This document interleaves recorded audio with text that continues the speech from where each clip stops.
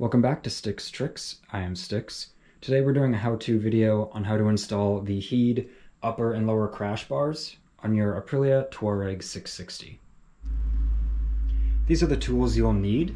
You'll need a 13mm wrench, a 10mm wrench, an 8mm Allen, a 6mm Allen, a 13mm socket, a 10mm socket, blue Loctite for all the bolts. They do come from the factory with red Loctite, but blue is fine to install the new ones.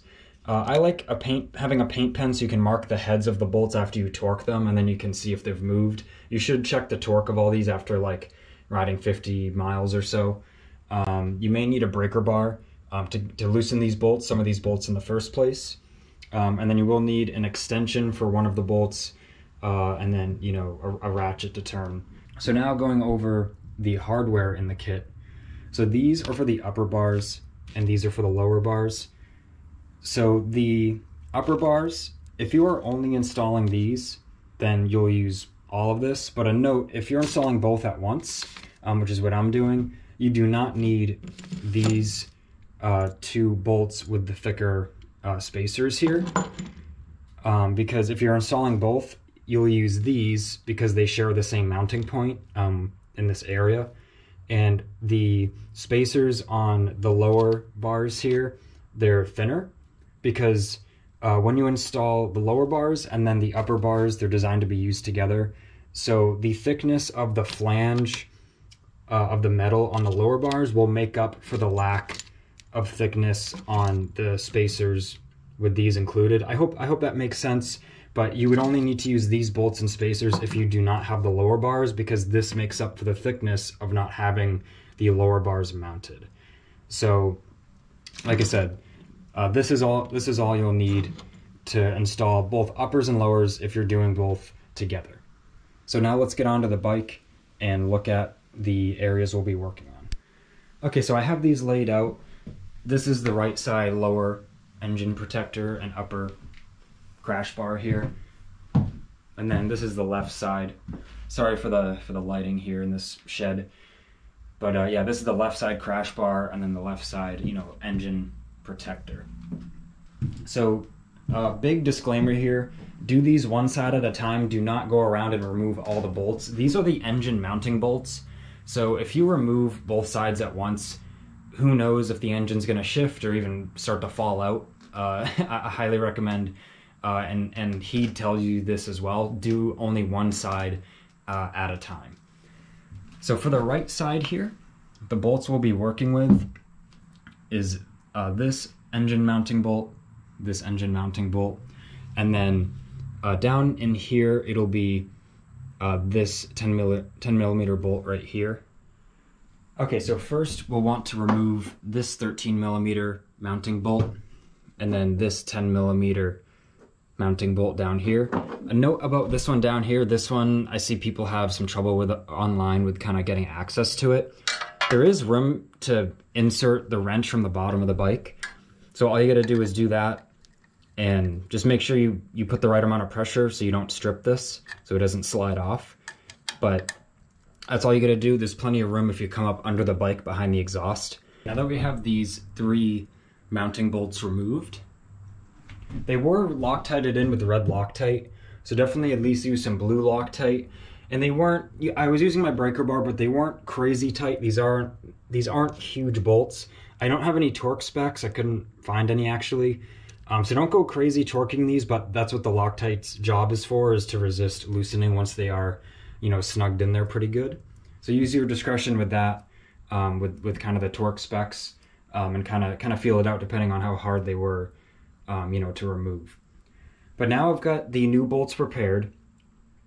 So first what we're going to want to do is grab this spacer and this bolt right here, and we're going to want to put the lower crash bar. We're going to want to start mounting this up. So this spacer will go in this hole right here, and then the lower crash bar will go over that and hold that in. So we're gonna line this up, kind of put pressure on it so it holds this spacer in, and then get this bolt started and start to get this snugged up so it'll hold this in place. and then we'll put the upper crash bar over that. So once I have this lower bar up here kind of snugged with this lower bolt, so it holds this spacer in, I'll resume the video. Here's a small installation tip. So we can see here I just have the lower bar on, which as I've described, it needs to go on first before the upper. So if you tighten this lower bolt here and snug it up a little bit, just enough to hold this, you can get that spacer in. So you can see the spacer is in behind there and there's no bolt. So you can see here, this is just tight enough with that lower bolt to hold it. So now I can have all hands on deck for the upper crash bar and be able to hold it while I, start to thread in both of the bolts here. So that's, just a little tip. It's a lot easier than having this like flopping everywhere and trying to hold this and the upper bar together and trying to get one of the upper bolts in. So definitely recommend trying this if it helps you. So now that we have this loosely in place, what we're gonna wanna do is grab our spacer, the bolt for the spacer for that hole, and then on the upper bars here, you can see the two other bolts you use, one's longer and one's shorter. One of them is a 65 mil, this one's a 55 millimeter. So the shorter one is used on the right side of the bike for this hole right here. You can check, by putting this through the crash bar and then comparing it to this original bolt with a little spacer. You can make sure it is the same length, because you do not want to use the wrong bolts and like punch a hole in the casing of the engine or cross thread or strip out a hole. So now what we're going to want to do is get this in place, and this piece right here is gonna slot over the lower guard. So we need to make sure that we have this spacer in here, which this lower guard will hold on like so, and then we'll put the upper guard on top of these and get those bolts in. Okay, we can see here we've got the right side bars on. So like I said, this upper bar here, this goes over the lower bar. And then we have all three of these bolts just snugged, decently tight, but I will go around at the very end and give everything one final torque. But now we need to do the left side, because that's where this right side bar will bolt to that left side bar to tie them together and strengthen them.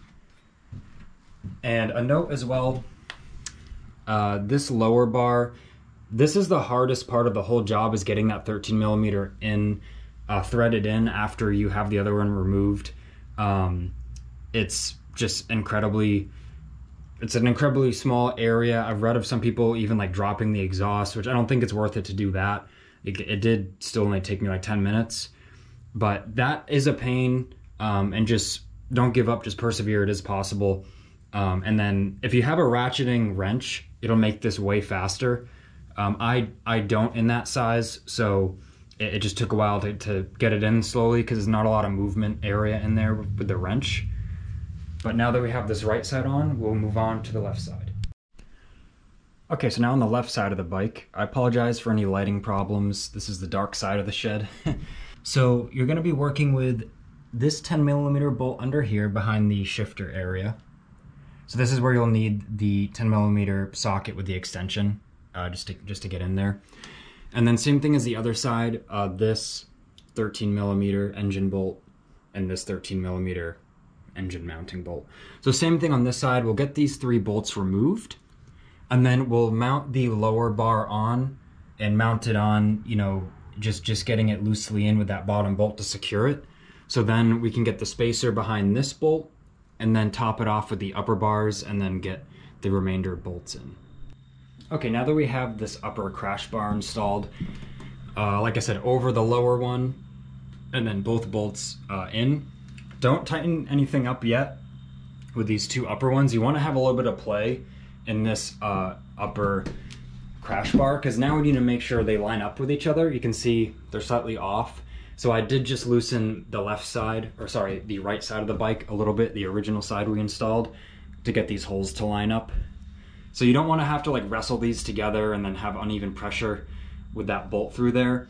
Just loosen them so then you can get the bolt in here snug that down, tighten that down, and then go through everything and do a final torque on all the bolts.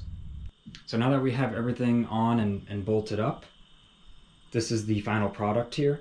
What I did is I went around after I snugged these with my hand ratchet. I did use my breaker bar and just give them a little extra snug with a breaker bar. Nothing crazy, do not over tighten these, but I did kind of use the same force it took to get them off to kind of snug them back up. So the hardest part of this whole thing is the bolt down here to secure that lower engine guard underneath the clutch cover there.